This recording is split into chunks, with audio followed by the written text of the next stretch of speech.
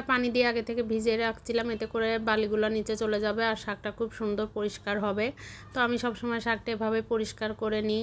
তো আমি এই তো ডাঁটা শাকটা ভাজি করে নিব আজকে সকালে নাস্তায়, গরম ভাত আর শাক ভাজি। আসলে মাঝে মধ্যে কিন্তু সকালে ভাত খেতেও ভালোই লাগে এরকম ভর্তা ভাজি হলে। তো আমি আজকে এই তো শাকটা ভাজি করব আর ভাত করব সকালের নাস্তায়। তো শাকটা আমি সেদ্ধ করে এরপর এই যে তেলে দিয়ে দিব। তেলেতে এই তো রসুন আর শুকনো মরিচ ফোড়ন দিয়ে দিলাম।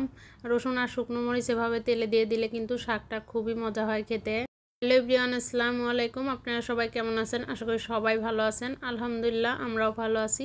আর একটা নতুন ভিডিও নিয়ে আপনাদের মাঝে চলে আসলাম। আশা করি আমার আজকের ভিডিওটা সবার কাছে ভালো লাগবে। আর ভালো লেগে থাকলে অবশ্যই লাইক, কমেন্ট ও শেয়ার করে দিবেন। আর সম্পূর্ণ ভিডিওটি দেখতে থাকুন। তো এই তো আমি এখন শাকটা ভাজি করে নিলাম, শাক ভাজি কিন্তু হয়ে গেছে। তো এরপর এই তো সকালের নাস্তাটা করে নিব। এরপর এই তো বাজার থেকে কিছু ছোট মাছ নিয়ে আসা হলো। তো এই যে এখানে চিংড়ি আর বাটা মাছ নিয়ে আসছে, আর এই সাইজের চিংড়িগুলো আমার কাছে বেশি ভালো লাগে। এটা যে কোনো সবজি বা ভাজিতে দিলে কিন্তু খেতে অনেক মজা হয়। তো এই যে আমি কিন্তু এখন এই যে বাটা মাছগুলো কেটে এরপর ধুয়ে পরিষ্কার করে নিব। চিংড়ি মাছটা পরে কাটলেও হবে। তো আমি চিংড়ি মাছটাও কেটে ফ্রিজে রেখে দিই। তো এরপর এই যে এখন রান্না করব। তো বাটা মাছটা আজকে আর রান্না করব না, তো চিংড়ি মাছটাই আজকে রান্না করব। তো আমি চিংড়িটা ভুনা করব। তো এখানে চিংড়িটা দিয়ে একটু তেলে ভেজে নিয়ে এরপর পেঁয়াজটা দিয়ে দিলাম। পেঁয়াজ দেওয়ার পর এখানে আমি বাটা গুঁড়া মশলা সব মশলা দিয়ে দিয়েছি, দিয়ে এখন ভালো মতো চিংড়িটা কষে রান্না করব। আর চিংড়ি ভুনাটা আমার কাছে বেশ মজাই লাগে। তো এই যে চিংড়ির ভুনাটা কিন্তু হয়ে এসেছে।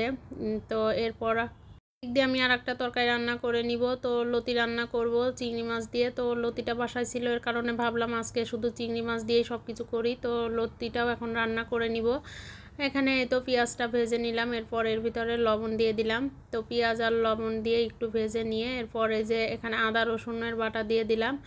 এগুলা দিয়ে একটু নেড়ে চেড়ে এরপর গুঁড়া মশলাগুলো দিয়ে দিব। তো আমি এখানে সব রকম গুঁড়া মশলা দিয়ে দিলাম, দিয়ে এখন মশলাটা ভালো মতো কষিয়ে নিব। তো এই যে আমার মশলাটা কিন্তু কষানো হয়ে গেছে, এবার আমি চিংড়ি মাছগুলো দিয়ে দিব। তো এখানে আমি এই তো চিংড়ি মাছ দিয়ে দিলাম। তো চিংড়ি মাছ দেওয়ার পর চিংড়িটা এখন একটু ভালো মতো কষিয়ে এরপর লতিগুলো দিয়ে দিব। তো লতিটা আমি বেছে রাখছি, আর লতিটা আমাদের ভালোই খাওয়া হয়, কারণ লতিটা সব পছন্দ করি, বেশ ভালো লাগে, কিন্তু বাছতে গেলে একটু ঝামেলা লাগে এই। তো এই যে আমার কিন্তু মাছ কষানো হয়ে গেছে। এবার এই যে আগে থেকে আমি কেটে ধুয়ে পরিষ্কার করে নিয়েছি লতিগুলো দিয়ে দিলাম। লতিগুলো কেটে রাখার পর ফ্রিজে ছিল, এই জন্য কালারটা একটু এরকম দেখা যাচ্ছে। তো এই যে লতিটা এখন ভালো মতো মশলার সাথে কষিয়ে নিব। তো কষানো হলে আমি এর ভিতরে অল্প পরিমাণ পানি দিয়ে রান্নাটা করে নিব।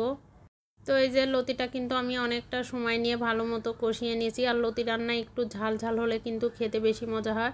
তবে আজকে শুকনো মরিচের গুঁড়া কম দিয়েছি, কাঁচামরিচটা একটু পরিমাণ বেশি দিয়ে দিয়েছি, এই জন্য কালারটা এমন আসছে।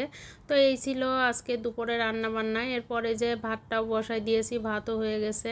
তো আজকের রান্নাবান্নাগুলো কেমন হলো অবশ্যই সবাই কমেন্ট করে জানাবেন। আর চিংড়ি লতি কে কে খেতে পছন্দ করেন অবশ্যই জানাবেন। এরপর বিকালে তো একটু বের হয়েছিলাম, আর বিকালে এরকম রিকশায় করে ঘুরতে কিন্তু বেশ ভালো লাগে। তো আজকের ভিডিওটা এ পর্যন্তই। সবাই ভালো থাকবেন, সুস্থ থাকবেন। আল্লাহ হাফেজ।